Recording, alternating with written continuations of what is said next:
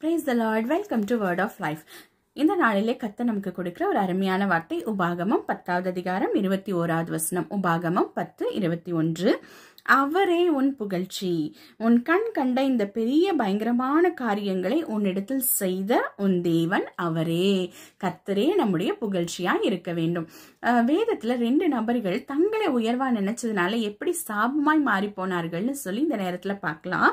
தானியேல் 4வது அதிகாரம் 30வது வசனத்துல நம்ம பார்க்கிறோம்.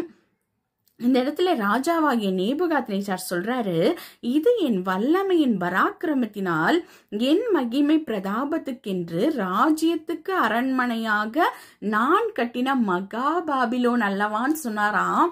அந்த வார்த்தைகள் அவர் வாயில இருக்கும் போதே அவர் மாட்டை போல புல்மைய ஆரம்பிச்சிட்டார். எவ்வளவு சாபம் பாத்தீங்களா? அதே போல ஏரோது ராஜா ராஜ வஸ்திரம் தரித்து கொண்டு வந்து அப்படியே பிரசங்கம் பண்றாரு. உடனேயும் எல்லா ஜனங்களும் சொல்றாங்க, இது தேவ சத்தம் அப்படின்னு சொன்ன உடனேயும் புழுத்து செத்தாராமா. இதே மாதிரிதாங்க உன்னதத்திலே தேவனை வர்ஷிப் பண்ணி கொண்டிருந்தான லூசிபர் தேவ தூதன் தேவனுக்கு மேலாக தன்னை நினைத்ததுனால தாழ தள்ளப்பட்டு போனான் என்று வாசிக்கிறோம்.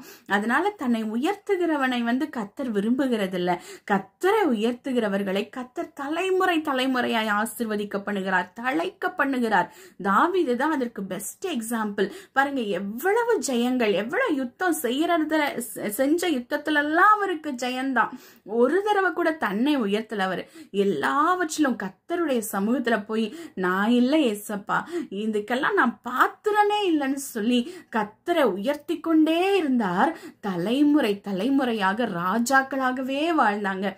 அதே போல நாமும் எத்தனை சாதனைகளை நாம் செய்தவர்களாய் இருந்தாலும் எல்லாவற்றிலும் இதை செய்ய தேவன் தான் ஞானத்தை கொடுத்திருக்கிறார், இதை செய்ய தேவன் பலப்படுத்தி இருக்கிறார், இதற்கு தேவையான காரியங்களை தேவன் கொடுத்திருக்கிறார்னு சொல்லி எல்லாவற்றிலும் கர்த்தரையே புகழ்ந்து கொண்டிருக்கும் பொழுது கர்த்தர் நம்முடைய தலைமுறைகளை தழைக்க செய்கிறவராய் இருக்கிறார். கர்த்தர் தாமே ஒருவரையும் ஆசீர்வதிப்பாராக. God bless you all. Thank you.